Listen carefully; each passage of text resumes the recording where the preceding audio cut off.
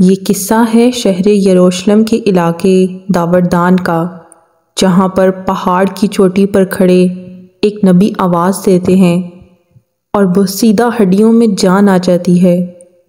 دیکھتے ہی دیکھتے ہزاروں لوگ زندہ ہو جاتے ہیں۔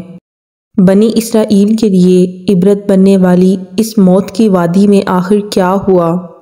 وہ نبی کون تھے جن کی وجہ سے یہ معجزہ پیش آیا؟ آج ہم اسی پر بات کریں گے۔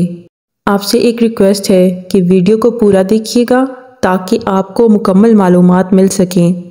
حضرت حزقیل علیہ السلام ایک نیک، صابر اور برگزیدہ نبی تھے۔ ان کے والد کا نام بوزی کاہن تھا۔ بعض کا کہنا ہے کہ آپ جرمیہ علیہ السلام کے بیٹے تھے۔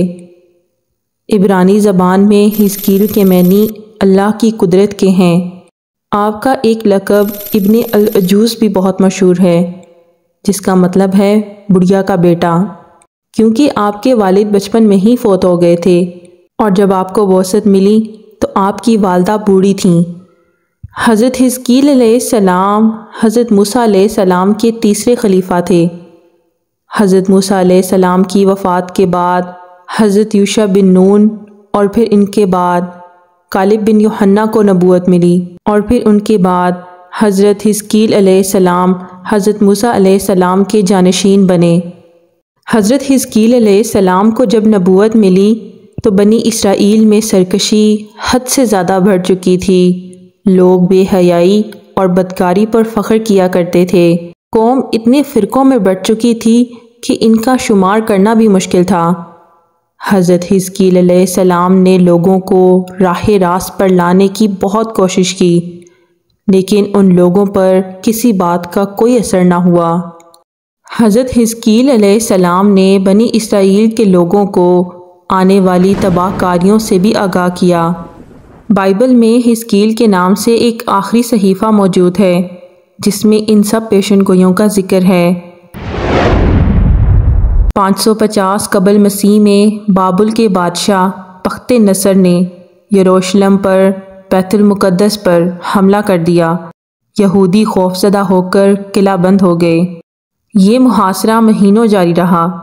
آخر کار لوگ تنگ آ کر شہر سے بھاگ نکلے، لیکن بخت نصر کے سپاہیوں نے ان کا تعاقب کیا اور انہیں قتل کر دیا۔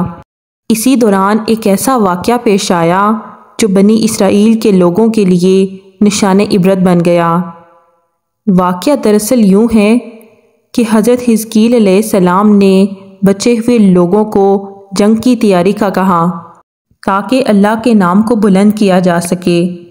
لوگوں نے جب جہاد کی بات سنی تو وہ اپنی جانوں کے خوف سے بھاگ کھڑے ہوئے اور آبادی سے دور وادی میں جا کر قیام پذیر ہوئے۔ دو پہاڑوں کے درمیان ایک گھاٹی تھی، یہ لوگ اس میں رہنے لگے۔ اللہ نے انہیں اس بات پر سزا دی۔ اللہ نے فرشتے کو بھیجا عذاب دے کر، جس نے بلند آواز سے کہا کہ تم سب مر جاؤ۔ اس بھیانک چیخ کو سن کر سبھی لوگ مر گئے، جن کی تعداد کچھ روایات میں 70,000 اور کچھ میں 35,000 بتائی جاتی ہے۔ کچھ عرصہ لاشیں اسی طرح پڑے رہنے کی وجہ سے سڑنے لگیں اور بے انتہا بدبو پیدا ہو گئی۔ کسی نے ان کے اطراف میں باڑ بنا دی تاکہ درندوں سے محفوظ رہیں۔ کافی عرصے بعد حضرت حزقیل علیہ السلام کا گزر ان لاشوں کے پاس سے ہوا تو وہ اپنی قوم کے ان ہزاروں لوگوں کی موت کو دیکھ کر ان کا دل غم سے پھٹ گیا۔ پھر اللہ سے نم آنکھوں کے ساتھ گڑ گڑا کر دعا مانگنے لگے۔ اللہ نے حضرت حزقیل علیہ السلام کی دعا قبول کی اور اچانک وحی اتری کہ ہڈیوں سے کہیے، اے ہڈیوں، بے شک اللہ حکم دیتا ہے کہ تم اکٹھا ہو جاؤ اور ان پر گوشت پہنو اور رگیں اور پٹھے اپنے اپنے مقام پر آ جاؤ اور اللہ کے نام سے دوبارہ اٹھ کھڑے ہو جاؤ۔ جیسے ہی حضرت حزقیل علیہ السلام کی زبان سے یہ الفاظ نکلے تو ہزاروں لاشیں اٹھ کھڑی ہوئیں۔ تمام لوگ پھر زندہ ہو گئے۔ ان سب لوگوں نے زندہ ہو کر نعرہ تکبیر بلند کیا۔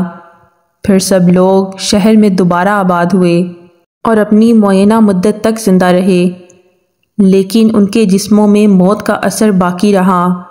ان کی اولاد میں سے بھی سڑی ہوئی لاش کی بدبو آتی رہی۔ ابھی تک یہودیوں کے جسموں سے یہ بدبو آتی ہے جو ان کی نسل سے تعلق رکھتے ہیں۔